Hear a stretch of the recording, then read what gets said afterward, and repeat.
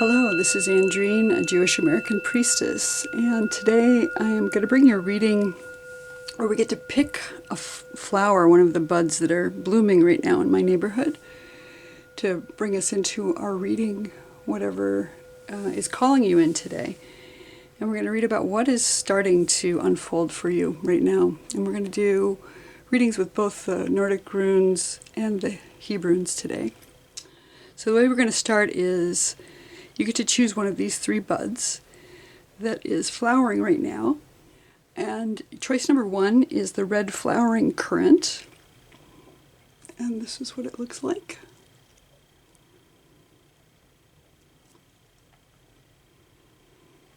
Your choice number two is from the Asian pear blossom. And that's what that looks like before it turns into a pear later in the year. And then our third choice are these wild violets that are just growing up in my sidewalk outside. You can see those. So take a minute to feel into these blossoms and decide which one of these three flowers is calling you in today toward the reading. I'm going to bring it down so you can see them to determine which of these three blossoms is going to help you find your reading for what is currently blossoming for you in this month of Nisan as we come into the spring. So take a minute to choose one, red flowering currant, two, Asian pear, or three, violet. I'll put the timestamps down below, and I'll see you in your separate readings.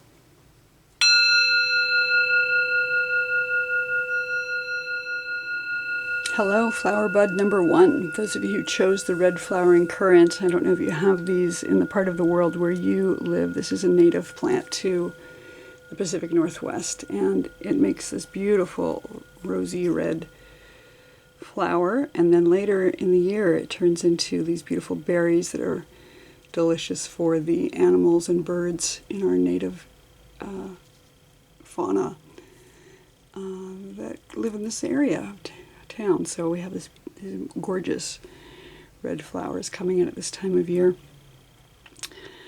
So I'm going to start out our reading by picking a deck from my many decks. I have a bowl here with all the decks written on them. And we're going to shuffle that up, and we're going to choose a deck. And then from that deck, we're going to choose one card. And that'll be the first card, our indicator for the reading. And then we'll do some Hebrunes and some Nordic runes as well. So let's shuffle that up and see, for the red flowering currant, folks, what is it that is coming to bud right now? What is starting to break forth from a tight bud in your life that needs to come to clarity right now? Let's see which deck we've got. Oh, we have the Gentle Chaos Oracle. Okay, let me go grab that. All right, here it is. This is the Gentle Chaos Oracle Pocket Oracle deck from Tyler Gaca, also known as ghosthoney. He's a creator that I found on the internet, and I was amused by his channel, and so when he made this deck, I went ahead and bought a set. So let's shuffle these up and see which one card wants to bring you into this reading. Yep, there it is, jumping right out.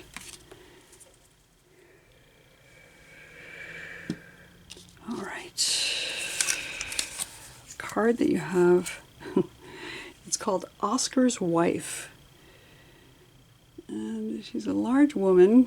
Looks like she's wearing a house dress and holding a large fish in one of her hands. So something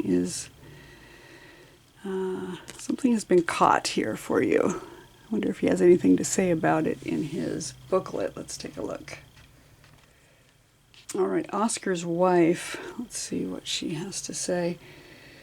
It says, for Oscar, his unnamed wife, this unnamed fish, I mourn all three. But in her faded smile, I feel joy in my ribs and the clover under my feet. Oscar's wife teaches us to cherish the memories and legacies of everyone, even the people we never knew. Hold space for those you love and do not neglect your past. Yeah, even before I read this, I was thinking this looks like such a classic old photograph, maybe from the 50s, maybe even earlier, and my family was a fishing family. I don't know anybody named Oscar, but there's something about cherishing our ancestors, our memories, those who came before, those whose names we've forgotten, and again, even the fish. I don't know if you know this about me, but some of the ancestral work I did, I discovered one of my ancestors in the shape of a fish. In fact, let me tilt the camera up and you can see the painting I did on my drum of this northern pike that represents my father's line. And it helped me to feel like I was in contact with my ancestors. So maybe we're thinking about Oscar, maybe we're thinking about his wife, and maybe we're thinking about that fish and that part of us that is a silent companion in the ancient, very, very ancient ancestral line. I'm going to set our red flowering currant over to the side. And we're going to pull out some Hebrunes and some Nordic runes today and lay them down here on the Hamsa. I'm going to do 3 each. And I'm going to start with the Hebrew and see what other things Spirit has to tell us regarding our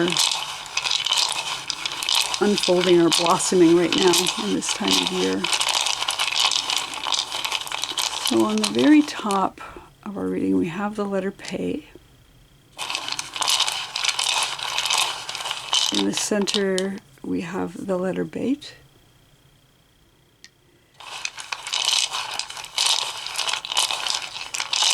And at the bottom, we have the letter Mem.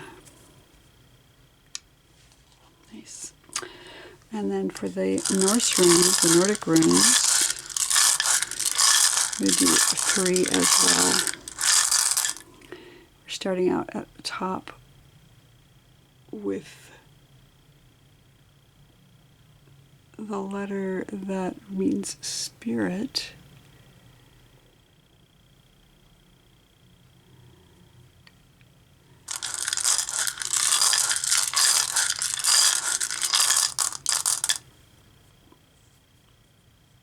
We have the letter that means harvest, Yira.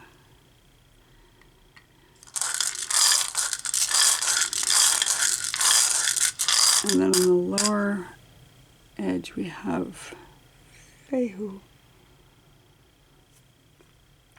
cattle. All right, I'm going to zoom in a little bit so we can see the letters a little more closely as we go. Okay, so we've got the red flowering currant, we've got Oscar's wife with her fish, and then we've got these 6 letters. And we're looking at them to determine what it is that is budding for us right now in the world. And starting at the Hebrew on the top, we have the letter Pe. And the letter Pe is said to be the mouth of the divine. The word Pe means mouth in Hebrew. But this is about communication. It's about creation. And it speaks to this concept that the mouth of the divine is what spoke everything into existence. So part of what's coming up for budding right now is the ability to speak into existence that which you would like to see in the world. You have that power, the power of speech that's given to you by divinity, the ability to imagine what it is you'd like to see, speak it out loud, and be heard by the universe so that that can come into fruition. This is what's going on right now. This position in the reading at the very top. It represents the spiral of time, The word pa'am, which begins with pei, means time in Hebrew. And it is a spiral linear fashion of cycles and seasons going around, but never quite meeting the exact same spot, because both circumstances and we ourselves have changed when the cycle of the year comes back around. So we have this ability to understand that time is continuing in a cycle, and yet we are changing as it goes. So we have the ability to effect change as time goes on. And Pei is the number 80 in Gematria. So it has that infinity loop of the number 8 times 10. So it has this sense of an ultimate manifestation of the infinite. And to that end, it speaks to the divine themselves, the ability for the infinite one to exist and inside and outside of time.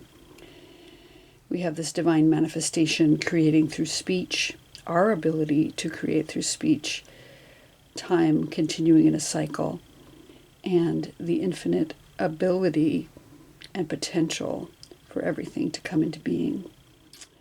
The other part of Pei that is significant is that in the Sefer Ketzirah, it is considered the binary transformation of grace and ugliness. What does that mean?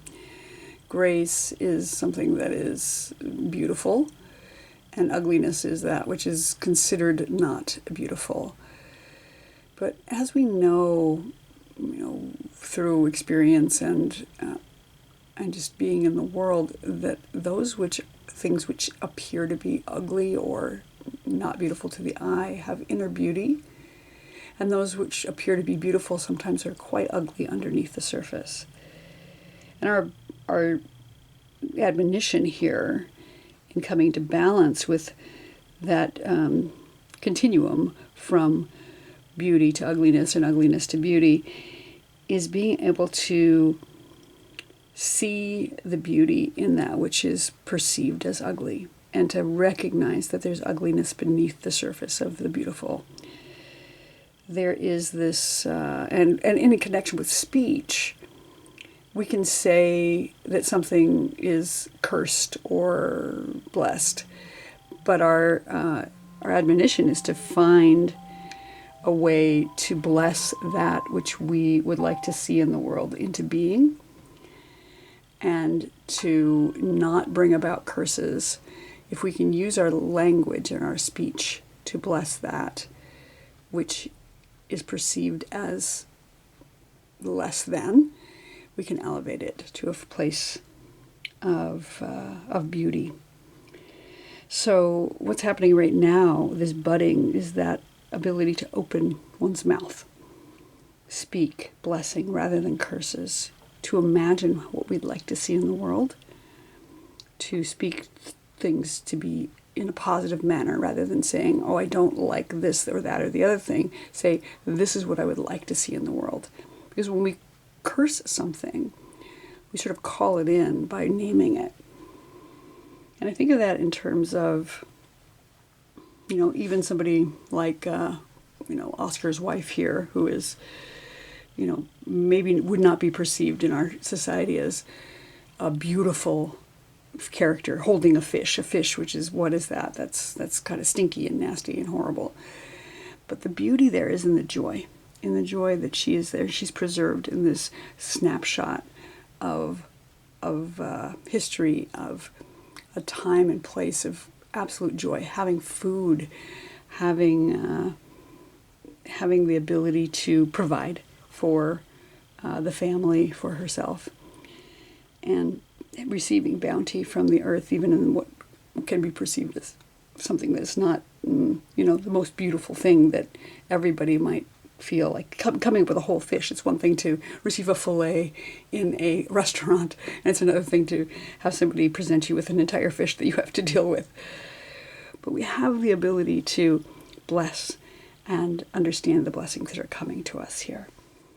And on the Nordic rune side, in that same position, we have Ewaz, which is the letter that speaks to spirit.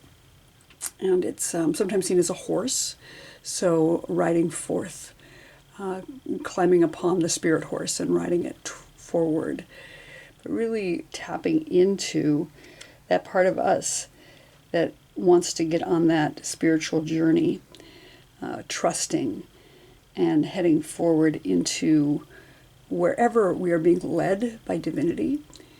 And that brings us back to that pay again with that infinity loop, that infinite spiral, the number 80, the ultimate manifestation of the infinite there in that spiral time. And here we are riding on this spirit horse, this journey horse that's bringing us to the next place. I think we really need to tap into that right now as we're coming into this spring budding time, using our voice as the divine uses their voice to create what we'd like to see in the world. In the center of our reading, we have on the Hebrunes side, we have the letter Bet, and Bet is the second letter of the alphabet, and it means home or house. And it's in the position, the center position is the position of what's our fear or challenge here. Bet has a lot of connotations having to do with home. Where do we live? Where do we dwell? Is it about our houses, our structures? Is it about our bodies themselves or the world as a whole? But Bet is also a beginning letter. It's the first letter of the word Bereshit, which means in the beginning, and it is the first word of Torah. So it's the word that comes out of the mouth of the divine, right? So if you look at the Pei and the Bet, you can see how the Bet fits inside the letter Pei here. So the speaking that's coming out of the mouth is that Bet, is that beginning. And so the fear or challenge here is, how do we start? How do we find comfort in our homes, in our bodies, in the beginning of a thing that we are creating into existence with our words? And Bet is also the number 2 in Gematria, so it's sometimes I get the sense that it's about second chances, about starting over, starting something again. So we may be in the midst of this blossoming that's happening here in this budding season with starting over. And our fear or a challenge is, how do we begin? How do we start from scratch or pick up and start again after we've maybe had an issue with starting the first time? Bet is also the first letter of the word Rocha, which means blessing, and we talked about blessings and curses with regards to the Pei up above. So maybe we're concerned that we're not going to be able to speak blessings. Maybe we're afraid we're going to go into curses instead. But when we're in that situation, remember that we can always rely on the infinite. We can always bring ourselves back up to start again, correct our speech, and again, find home and comfort where we are in our bodies, in whatever building or structure we're in, but in the world in general. We can feel ourselves connecting to the earth. So our sphere or challenge is the letter Bet. On the Nordic runes side, we have Yira. Yira is the rune of harvest. And it's an interesting rune in that it's also about time, so bringing us back up to Pa'am here.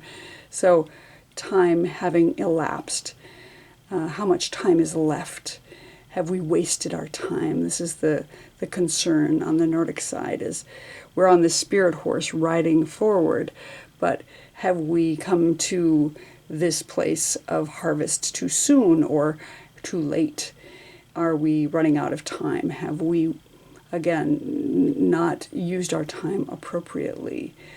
And Yira is interesting because it's made up of 2 kenazes. Kenaz is that something that starts small and widens out into a wide torch. It's like a spark going into a torch. But above, you've got that wideness, that going into a laser focus. So kind of like greater than, less than symbols coming together into this sense of harvest. And so our fear or challenge on the Nordic side is that sense of have we spent too much time doing one thing, or not enough time doing another? Have we been too broad in our reach and or not broad enough, too laser focused and, tunnel visioned? And again, we are concerned about whether it's time to harvest or we don't know if it's time to harvest. And we're just at this bud season. We're at the budding of the Nisan season. So harvest isn't here yet. We don't have to worry about harvest yet, although that will still come up for us. We can just get back on that horse and start the ride, because that's the way we get to where we're going. And our outcome letters here on the Hebrew side, we have the letter Mem. And Mem is the mother letter of water. It's one of the creation letters. So it's about creation through water, in the same way that we have birth through amniotic fluid. And you can see that the Mem looks a little bit like a uterus, in that it's got that hole at the bottom. It's got this space inside for gestation. And up at the top, we have that Yud, which is like the seed being planted in the uterus. So there's a time of gestation. The Mem is the number 40 in Gematria. So to that extent, it has to do with that 40 weeks of gestation in the human body. The 40 days up on Mount Sinai as Moses, who again begins with the Mem, Moses goes up to receive Torah. And we have the Mem representing the 40 years in the wilderness, the wandering that happens after the exodus from Egypt, after the exodus from the narrow place, that birth canal that comes through water, through the Red Sea. There's this gestation time, this time of waiting and wandering, that we're still learning, we're still growing up as we go through the wilderness. So, and it's because it's water, it brings me back up to Oscar's wife and the fish that they've got up there. So we're being thrown back into the ocean in some ways. And being thrown back can seem like a negative connotation, like we're being thrown back because we're not mature enough, that we're not ready for whatever it is. But the readiness that happens when a fish is caught is the eating. And maybe it's time to go back and do some more growing. Maybe it's time to, again, gestate some time longer, so that we have the strength and maturity to be ready for the thing that we are blossoming into. But through water. So we've got the rains that come in the spring, and we're in this shift of the seasons from the prayers for rain, where we're asking for heavy rains to penetrate the soil, into more of a gentle rain, so that it doesn't knock all of the buds off the tree. We don't want this time of year to be such a hard rain that we are losing fruit that's coming, or that we're getting the crops so wet that they can't mature into a ripe grain. So we've got to have appropriate water here, appropriate gestation. And to that end, we need to remember that we can rely upon the infinite and trust in the earth here as well. And over on the Nordic rune side, we have the Fehu. Fehu is the first letter of the Futhark, the Elder Futhark, and it's about wealth and worth. It's cattle in the Futhark. So it's this sense of tending what we need to tend in order to receive that harvest. So our job here is to now husband or tend to whatever it is we're growing. That bud that has just come into fruition is this beautiful, beautiful to look at, beautiful to smell. The pollination is happening, but it's not the fruit. We still need to tend. We still need to make sure that there aren't pests that are coming to land in our fruit as it sets on the vine. So our tending needs to happen in order for us to feel that there's going to be fruit eventually.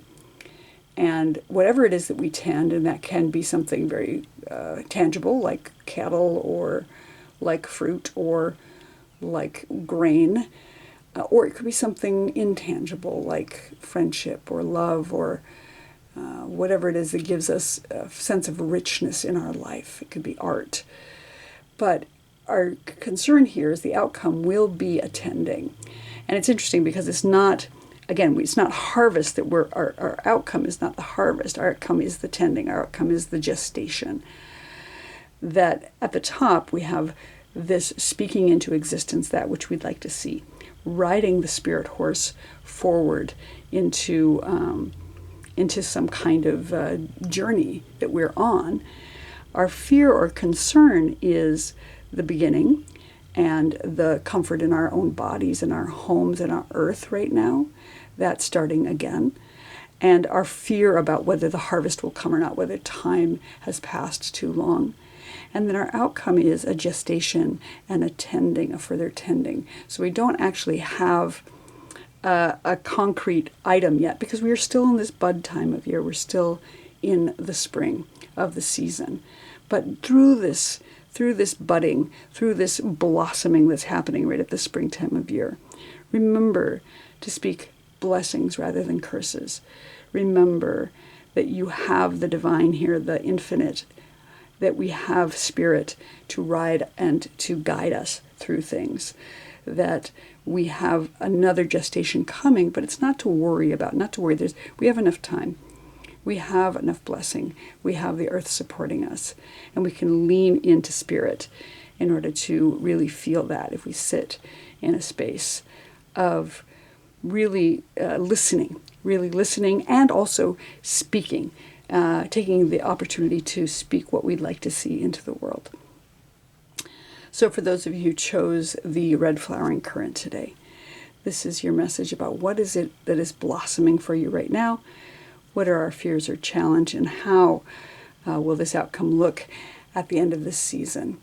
And remember Oscar's wife here with her fish, that there's a beauty in everything, and joy that's there in the nourishment that will come, even if it's some level of work, even if it's something that we need to clean and dress before we're ready to eat it.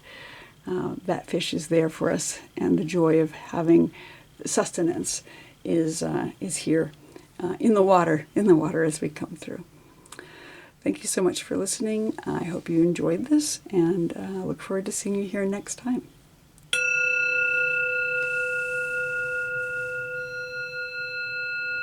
Hello, flower number 2. This is the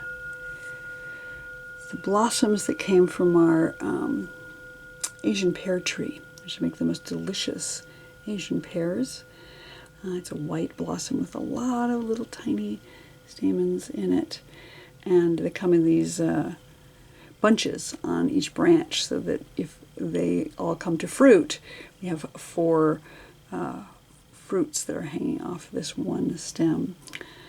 Although not this stem, because it's been taken off the tree. We had some wind that knocked some down. So the Asian pear is a fruit that comes not from our part of the world, but it's imported, and it does bring delicious fruit that's a little unusual for those of us who are not familiar or as used to it, but I really enjoy it. I particularly like to dry them and have the dehydrated ones for a snack. So the way we're going to do this today is I'm going to set this flower off to the side, and we're going to start by taking a slip of paper out of my bowl. This has got the names of all of the decks that I have on my shelf, and we're going to choose a deck, and from that deck we're going to pick a card that's going to be our indicator card as we go into your reading.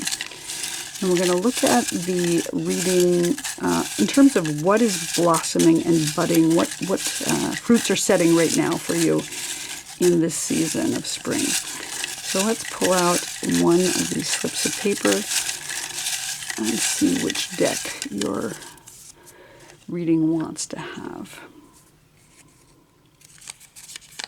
And we have the Golden Botticelli Tarot. Let me go grab that, and I'll be right back. Okay, so this is the Golden Botticelli Tarot. It's a gift given to me by my youngest. And I'm going to take the deck and shuffle it up, and let's see if we have a card that wants to come out to be an indicator for you about what is blossoming for you right now in this season of spring. And I think it's this card here. Let's see what we got.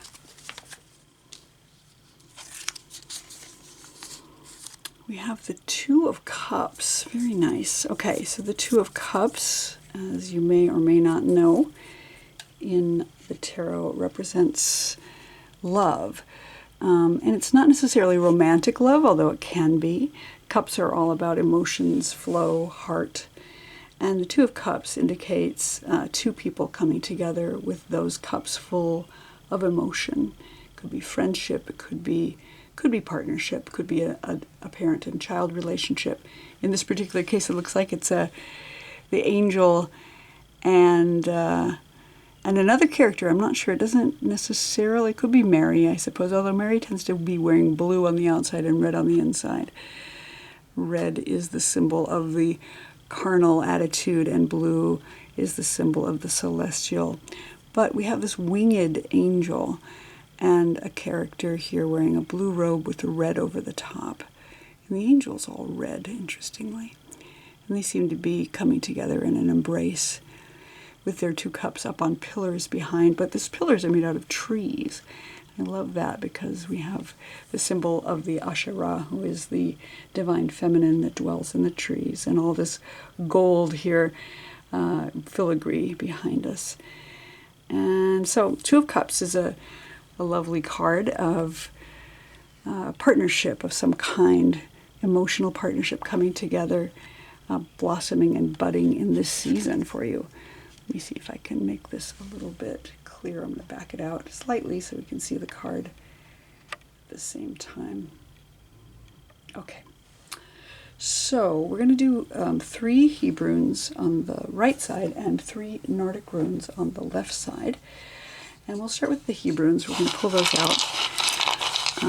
At the top of the Hebrew side, we have the letter Bet. In the center,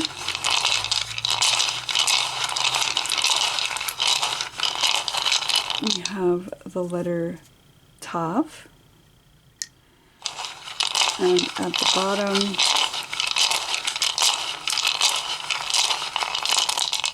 we have the letter Zayin. And then for our Nordic runes,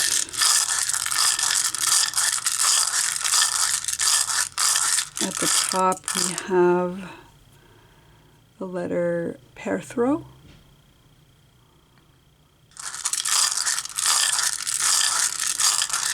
In the center we have Hagalaz.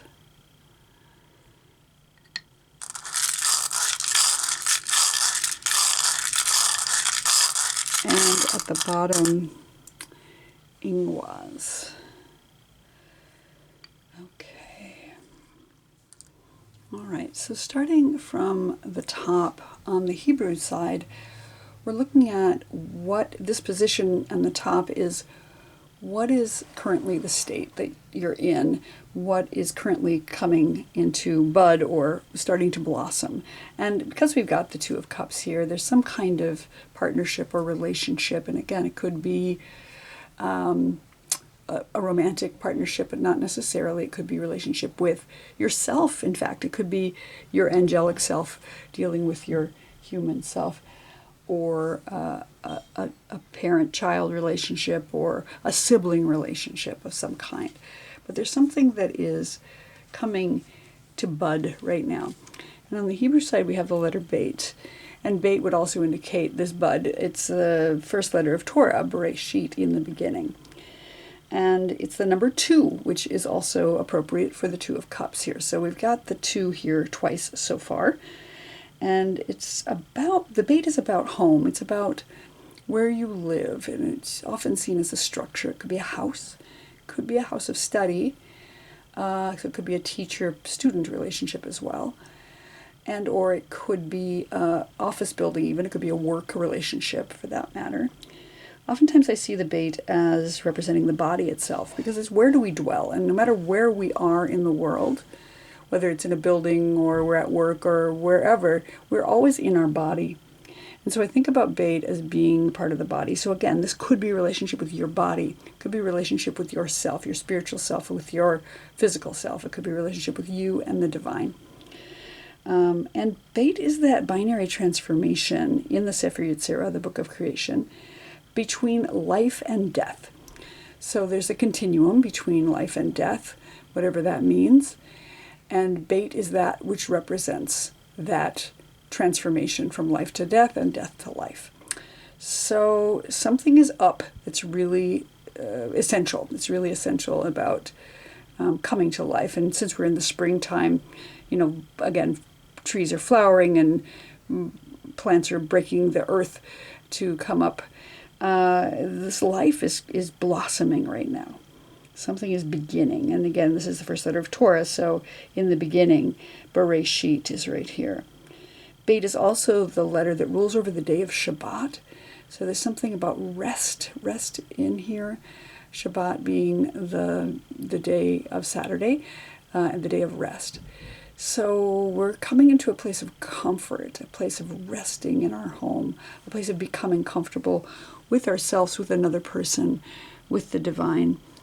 In that beginning, we are finding our way forward to sit down, to take a rest, and really find comfort in our own bodies. Maybe taking the time to take a nap when we need to, curling up with a friend or a companion to find that comfortable resting place. And that's where we are right now in the springtime. Even though everything is bursting forth outside, we can just lay back in the grass and enjoy it. Look up at those trees and enjoy the blossoms and the buds as those petals come fluttering down. One of my favorite things to do with my grandson is when we walk under a tree with particularly cherry blossoms or pear blossoms, is to shake the branches and let those petals float down like snow. We call it bubby magic. And the Beit, of course, starts with the word bubby as well. So maybe it's your bubby. Maybe you're finding yourself comfortable with your grandparent or your parent or your child or your grandchild. So bubby magic is here, finding that partnership, that two-ness that comes with finding companionship and love in whatever way that makes sense. And on the Nordic rune side, we have Perthro. And Perthro is, it's considered the lot box. You can hear the conch shell calling me to dinner. The lot box, which is that which is fate. And it's there, it's been there the whole time. We have this unknown that we can tap into. And this represents a surprise, an opening of that box, that there's a cup that has been opened and we get to see what's inside of it. And it can be a surprise and a delightful surprise, but it's always been there all along. So again, maybe that there's this relationship that is budding that has been there all along, a dear friend or a companion that has been there for you the whole time, but you didn't see them in that same close way. So some surprise is coming, some surprise is happening right now. There's something that's coming to light, something that has been there all along. And you're learning this right now in the springtime, that the spring is opening these flowers that have been there waiting on the stem the whole time and you didn't even know they were there. So right now, this is an opening. I love the way that these two face each other in that opening that's coming together in that same way as these two are facing each other on the card. Okay, so in the center of our reading, these two letters are the space that represents our fear or our challenge in the situation that we're in right now with this blooming. What are we afraid of, or what are we challenged by? On the Hebrew side, we have the letter Tav. Now, Tav is the last letter of the Hebrew alphabet, and it is a completion letter, right? So it's the ending, it's the final letter. It's also, some say that it's the stamp or the signature or the seal on the alphabet, that it's like the signature of the divine on the alphabet, the last letter of the word emet, which means truth. And Emet is composed of the first, center, and last letter of the Hebrew alphabet. So there's something that is concerning you about this relationship, this connection, this Two of Cups relationship, that has to do with either something you're afraid of it ending before it even begins, and you're concerned about honesty, you're concerned about truth, you're concerned about whether this person is being completely honest with you. But the thing about Tav is that it is although it's the last letter, it's also the symbol for something beginning again. So everything comes in cycles, and when you come to the end of the circle, it just starts over again. So you've got the bait at the top with the beginning, and then you have the end here, which is of concern. However, the ending always portends a new beginning. So there's this idea of reincarnation, regeneration that's happening here with the Tav. And it has this binary transformation like Beit has with life and death of sovereignty and slavery, which are, two sides of the same coin. What is it that makes you sovereign can also make you enslaved. In the story that's coming up with Passover, the word avodah comes up over and over again, and that's the word for work and service and slavery. So those ideas of sovereignty and slavery, what is it that makes us feel like we are empowered with sovereignty, particularly in a relationship? And how do we prevent ourselves from becoming enslaved by being in service to someone else, or even to ourselves, to our own desires? So that's fear, or a challenge here. And Tav is the letter that rules over the moon in the sky. In the Sefer Yetzirah, the book of creation, each of the letters has a celestial body that's affiliated with it. And Tav rules over the moon. And I like that about Tav because it has this sense of, again, cycles and seasons. The moon, which waxes and wanes and goes dark and then becomes full. And we're coming into the fullness of the moon at the end of this week. So consider the moon. Consider how we might be afraid of the darkness of the moon, but know that it's always shifting and changing and coming back into fullness again. So that's our fear or challenge in this situation. On the Nordic rune side, we have the letter Hagalaz. Now, Hagalaz is the hailstorm, and it can be seen as chaos. It's the letter that portends something that's completely out of control. So that's the other concern, is that things are either coming to an end or that things are completely chaotic.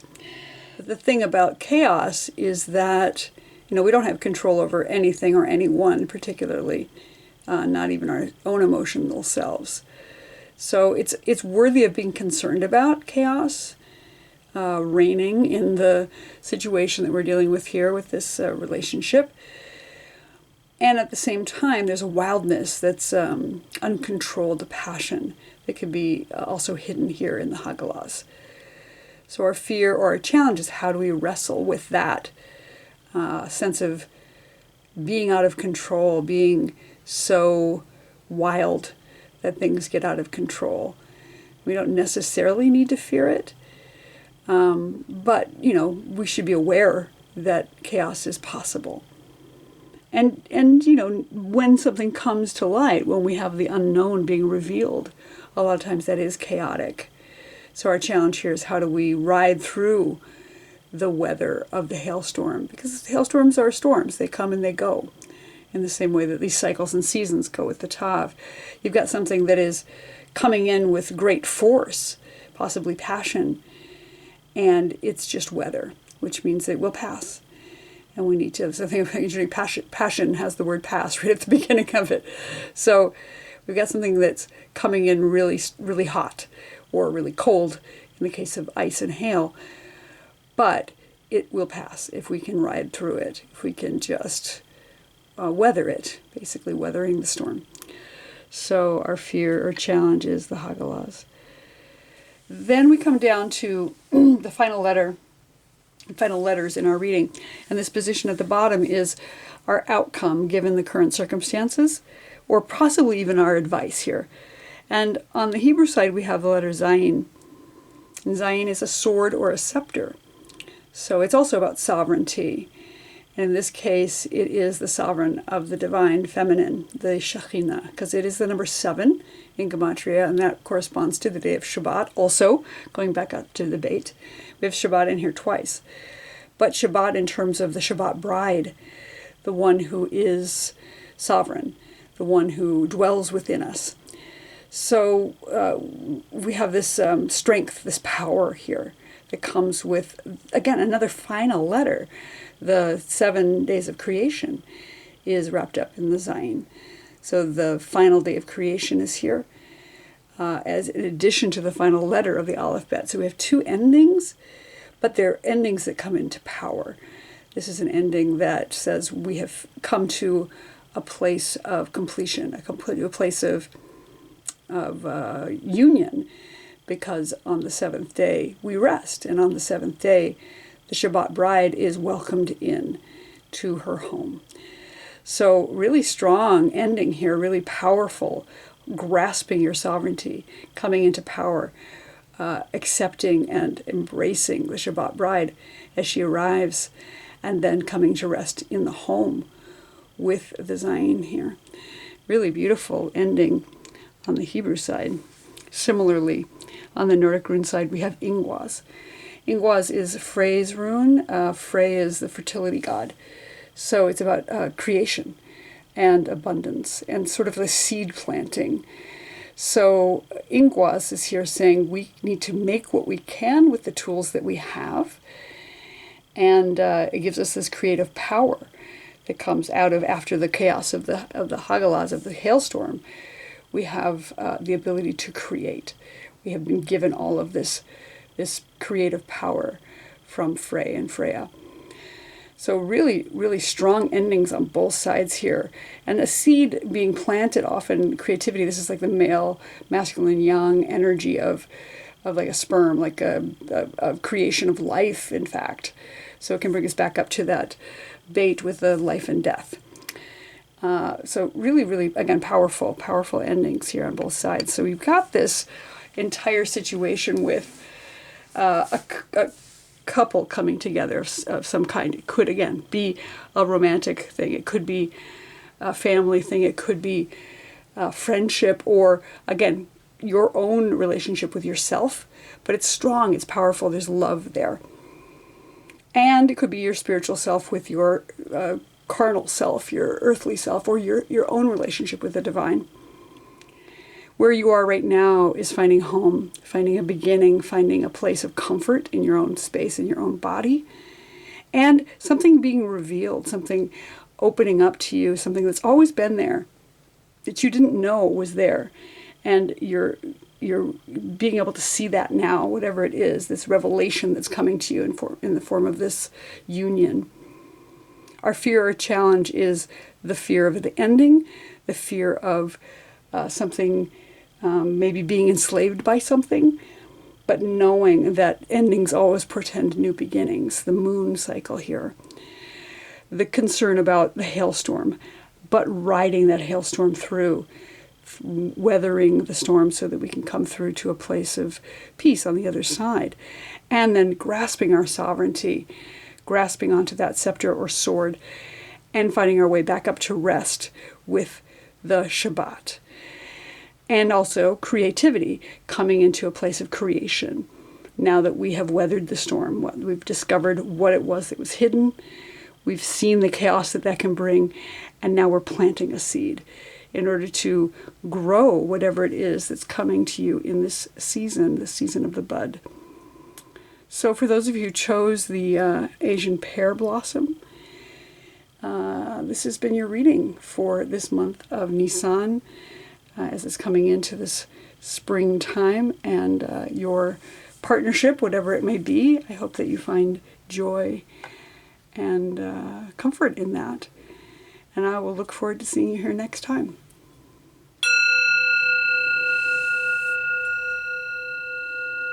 Hello, flower number 3, those of you who chose the violet.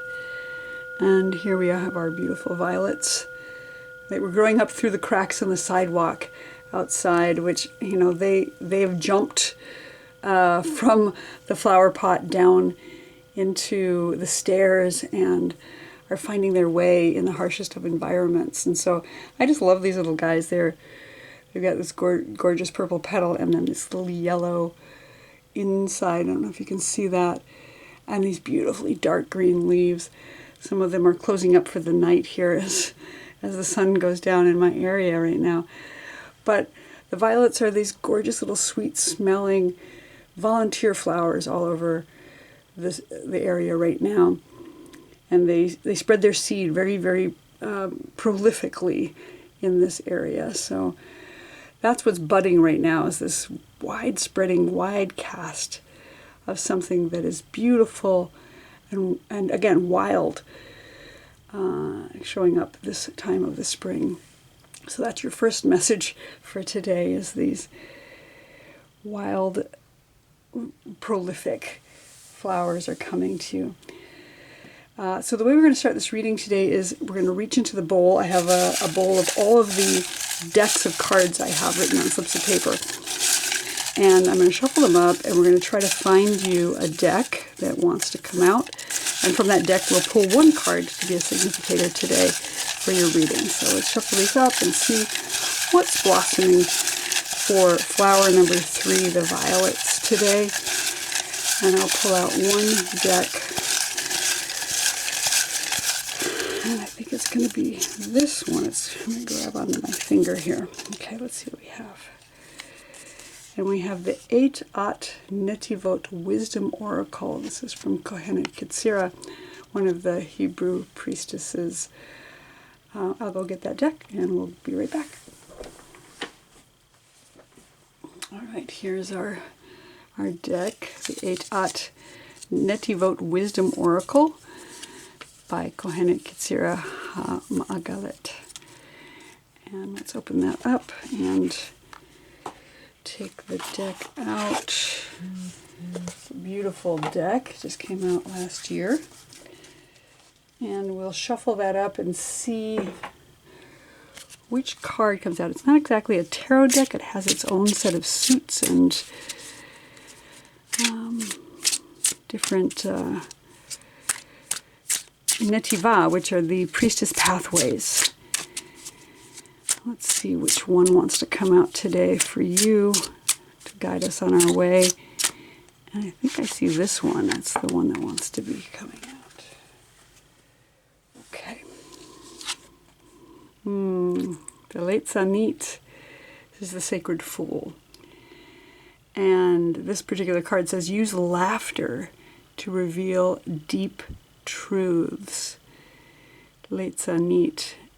I'm going to go ahead and read in the booklet from this card as well.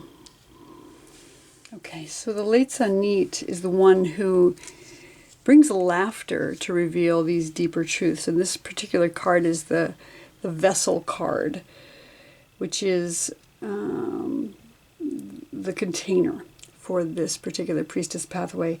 It says, vessels of the Edutainment don't play by your rules. They act with intent and understand the risks they take when they speak truth to power.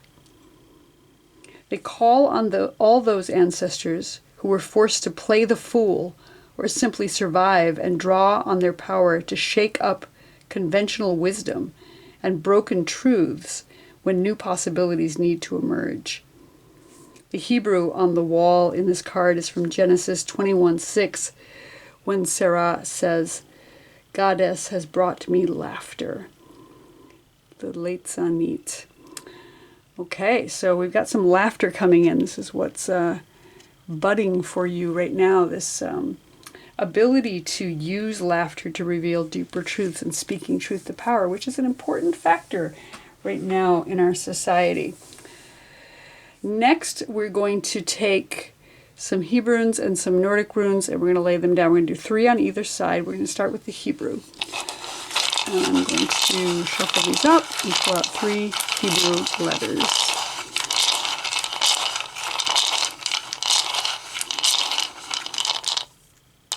top we have the letter Shin.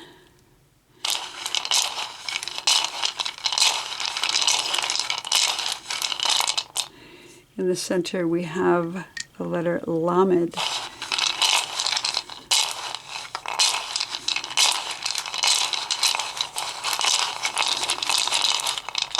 And at the bottom we have the Tzadi. Very nice. Let's do some Nordic runes as well.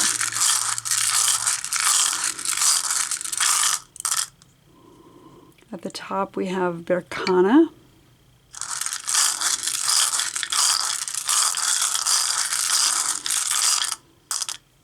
In the center we have Hagalaz.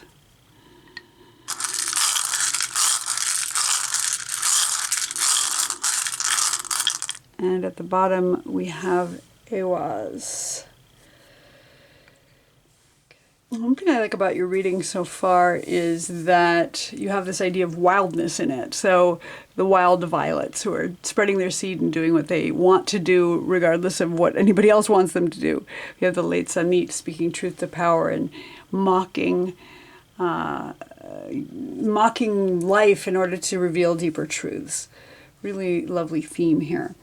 And then on the Hebrew, the top position here on both sides is what's going on right now for you. And we have the Shin, the mother letter of fire. And fire is such a powerful force, right? It's a creative element in terms of like the sun and the moon and the stars all being sparking light into the world. And it's also a destructive element. Of course, fire can break things down. And it's also this element that keeps us alive, keeps us warm. So it has, depending on its temperature and its appearance, can be either creative or destructive. It's incredibly powerful. Again, this mother letter of fire, which is, the word is Aish, fire in Hebrew. And I love that the character on this card also has the red hair. So Shin represents the head in the body. So it's sort of that nervous system and inspiration and passion. And that redness, the red hair reminds me of the fire, and it's on this woman's head. And so she's got this fire, this passion, this humor that is used as a tool right now to both create and destroy. Shin is the letter that begins the word Shekhinah, which is the divine indwelling presence, the feminine divine, the Shabbat bride. It's the first letter of the word Shabbat as well, and Shalom, which means peace, but it mostly means wholeness, the entirety of a thing. It's representative of the sun and the moon and the stars in the sky. And it has this sense of the ability to transform and change. The word shini, which means change, starts with the letter shin as well. Transformation through fire, like the phoenix bird that bursts into flames and falls to ash and then rises up again.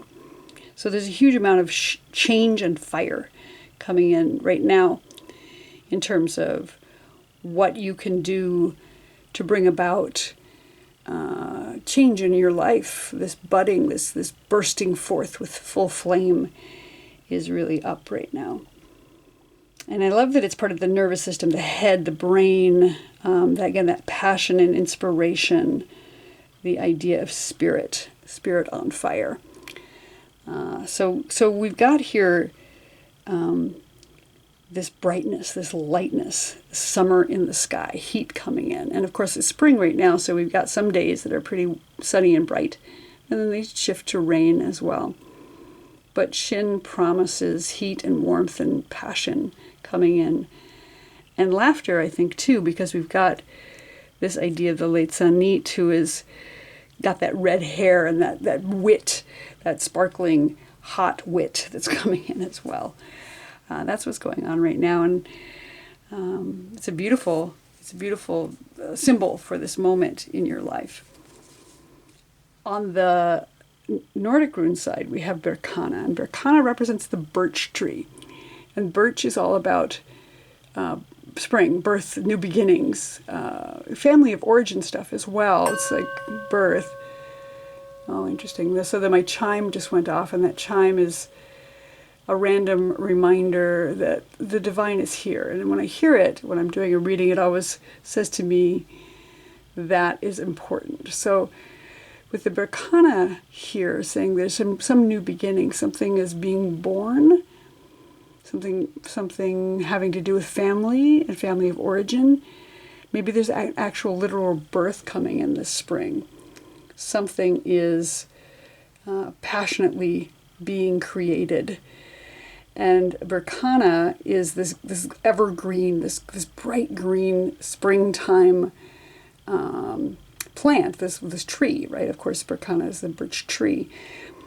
But birch branches are often used to whisk the air in a sauna in the Norse regions. So maybe we're using these birch branches, these green, branchy, leafy branches, and we're bringing them into the sauna with the shin, and we're whisking up the air.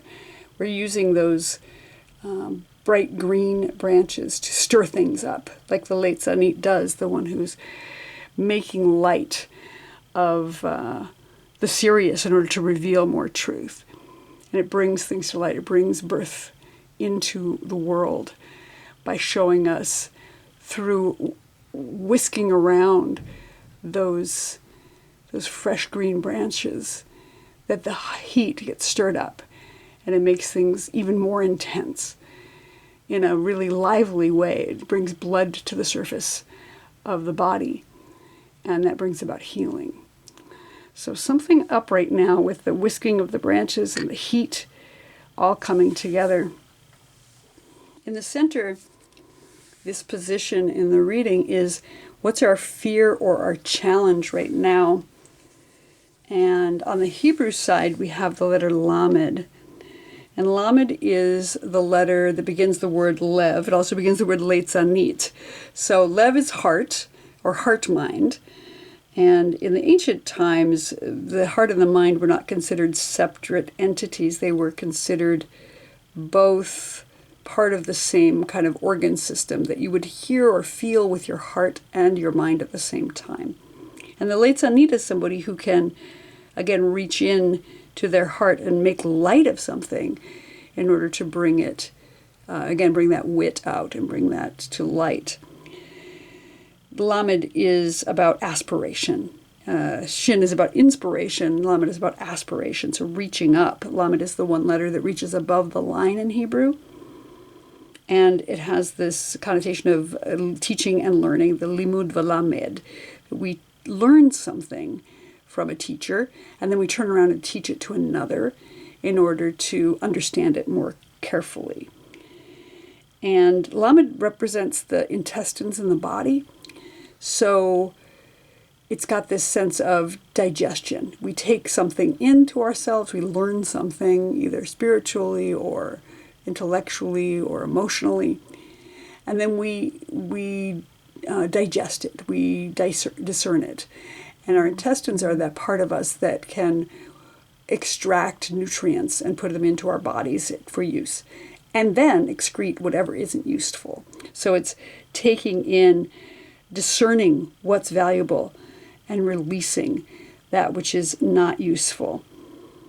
So we're taking, the challenge here is what I'm seeing is taking in as much information as we need, and then being able to discern what's useful and what isn't. And that can be a challenge. It can be a concern that we might be swayed by our heart to do something differently, or not hear things as carefully with our heart as we might, just thinking things through, being intellectual rather than feeling, because Lamed is about feeling things and having hope. So our biggest fear or challenge right now is not being able to discern, about not having the hope that we need to get through the moment, and also not being swayed by either too much heart or too much mind, but using both of them together in order to discern appropriately what's the proper action and how to move forward with heart. Over on the Nordic rune side, we have Hagalaz, and we have this in the same position in a different reading as well. Hagalaz is the hailstorm, and so the hailstorm is about just this chaos coming in, this absolute chaos of a storm that we have no control over. Which is, the best way to deal with that, and sometimes is to make fun of it, is to mock it, to write it out. But it can be scary to have weather come in that is really devastating. And this time of year, particularly when we've got these delicate blossoms coming out, if we get a hailstorm in, it'll knock all the petals off and possibly damage whatever fruit we might have coming. So the fear or challenge here is, how do we grasp onto the wildness of the hailstorm and understand that it's just weather and it will pass? How do we not be overwhelmed and think, oh gosh, this hailstorm's going to last forever? And know that we are also, we also have that power within us, that we are the hailstorm. If we can become the storm, we don't have to fear it. So how do we hold on to that laughter to reveal the deeper truths? How can we harness the storm for our own favor? How can we use the chaos toward our own power? Because there's lots of power in the storm, and we just need to hold on to it and find our way, either riding it out or harnessing it to ride like a chariot through. So our fear or our challenge is the hailstorm, but we can use it to our advantage if we can really just grasp onto it. And our final letters in this reading, the bottom letters, are those that refer to the outcome given the current circumstances or our advice. And on the Hebrew side, we have the tzadi. And I love this because we've got two letters of the late tzanit right here. The lev and the lamed and the tzadi are both in late tzanit, the first and third letter of late tzanit. The tzadi is the letter that begins the word tzedek, meaning justice, and tzadik, meaning righteous person, and also tzedakah, which means, it's often translated as charity, but it really means mutual aid. It's also the letter that reminds me of Yitzhak, right? Yitzhak is the son of Sarah, who's quoted on the wall in Hebrew on the back of this card, when she says, everyone will laugh at me or laugh with me, or God has given me laughter. She names her son Yitzhak, which means laughter. So that tzadi has that sense of Yitzhak in it. It's the number 90. The tzadi is the number 90 in Gematria. And Sarah was 90 years old when Yitzhak was born, says the story. So it's got that sense of 9 months of pregnancy times 10, this ultimate manifestation of a gestation that's coming into fruition. And so our outcome here is this incredibly powerful idea of gestation and righteousness, that we're moving toward righteousness, that this laughter that we're harnessing and using to speak truth to power will bring us to justice. It will bring us this ultimate manifestation of the good. The number 9 is, in Gematria, is the tet, which is the first letter of the word tov, which means good. So we've got goodness times 10 here in the tzadi. And tzadi is also part of the foundation of thought. So we're considering, we're with the limud v'lamed, we're considering with our heart mind, we're thinking our way through, but we're moving toward justice. The thing I like about the tzadi in terms of taking it to its component parts, if we cover up this part, it looks like we have a nun, which is about humility, ne'aman, and at the upper right we have the yud, which is about the divine name, the yud he vav he, and a seed. So if we have the seed that's planted within humility, we bring ourselves to justice. If we have our place of humility and we've got the divine at our back, it brings us to justice and mutual aid and taking care of ourselves. And this ultimate gestation And I love that Tzadi is also affiliated with the month of Shvat and the tribe of Asher, because Shvat is the month in which we celebrate the birthday of the trees, and Asher, which means happy, is also sort of shortened version of the word Asherah, who is the feminine divine who dwells within the trees. And Tzadi looks a little bit like a tree. It's got those branches at the top and this kind of earth across the bottom. And so it's got all this tree imagery in it and this tree connotation in it. And this, again, this ultimate manifestation of a gestation and tree justice, earth justice that comes with it. So much symbolism in the Tzadi. I love this being your outcome here at the end of this budding time. You finally, from all the buds that are bursting forth right now, you get to have a tree at the end of it all. And you get to have a tree of justice that is brought to you by this sacred fool. This idea of speaking truth to power brings us to justice. Really lovely.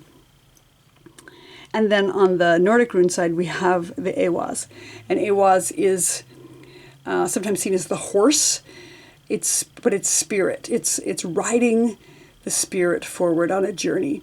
And it's a spiritual journey. It's not a physical journey necessarily, but it is movement forward toward something more marrying with your spirit. So if we can get ourselves through the birth and through the hailstorm, we find ourselves kind of riding justice, riding spirit forward and riding it toward justice here. So the Ehwaz is this spirit journey and trusting that the divine has got us here as we ride on the back of this spirit horse toward something more magnificent, more stronger, and more powerful than anything we can imagine in this material world. So it's a beautiful reading. For those of you who chose the violets, we have the late Sanit, the sacred fool, using laughter to reveal deeper truths, speaking truth to power, and mocking power in order to get more power and bring us to a place of justice. We have the Shin, the mother letter of fire, the brain, the nervous system, the inspiration, this sense of creation and destruction that comes with the cleansing power of fire. The Shekhinah, wholeness in the form of shalom, rest in the form of Shabbat. And Berkana, which is that birch tree, the freshness, the newness of spring. And we use those branches to whip up the air in order to make it even hotter in the sauna so that we have more fire in our skin and our bodies to bring health. And the same thing with the late Sanit is whipping up humor in order to bring about that same level of heat and power. Then our fear, our challenge here, the Lev, the heart mind, the aspiration and hope that we're not sure that we can feel hope right now, that we're not sure if we can discern with our heart mind what's the right thing to believe, and how do we release that which is no longer serving us. In the same way, Hagalaz is coming in with this chaotic storm, and we can fear that, and we can find it a challenge. But if we can harness our own wildness and our own chaos, then we can be the power in the storm. And that brings us to a place of justice. There's that chime again saying, yes, this is a moment of finding the justice, finding humility with divinity that will bring us to a place of justice, finding the strength of the tree, the Asherah, who is here supporting us through all of this, bringing us oxygen in this time where we need laughter. And that brings us also to the spirit horse, the Ehwaz, who is bringing us on a journey, teaching us to trust into the divine. So very, very lovely reading for those of you who chose the violets today.